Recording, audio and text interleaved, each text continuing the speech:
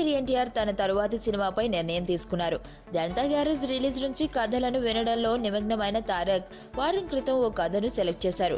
Dialogue writer గా అనేక విజయవంతమైన సినిమాలకు పనిచేసిన డైరెక్టర్ గా టర్న్ అయిన అనిల్ రావుపూడి చెప్పిన స్టోరీకి ఎన్టీఆర్ ఫ్లాట్ అయినట్టు తెలిసింది.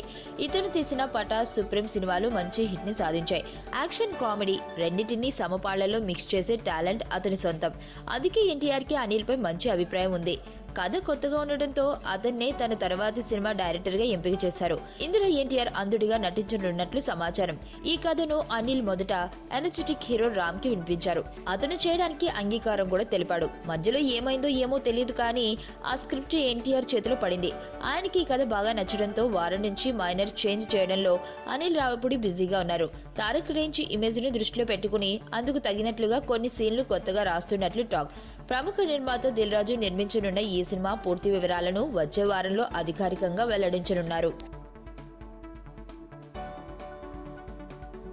మరణం దేహానికే గాని ఆత్మకు కాదని భగవద్గీత చెప్తుంది.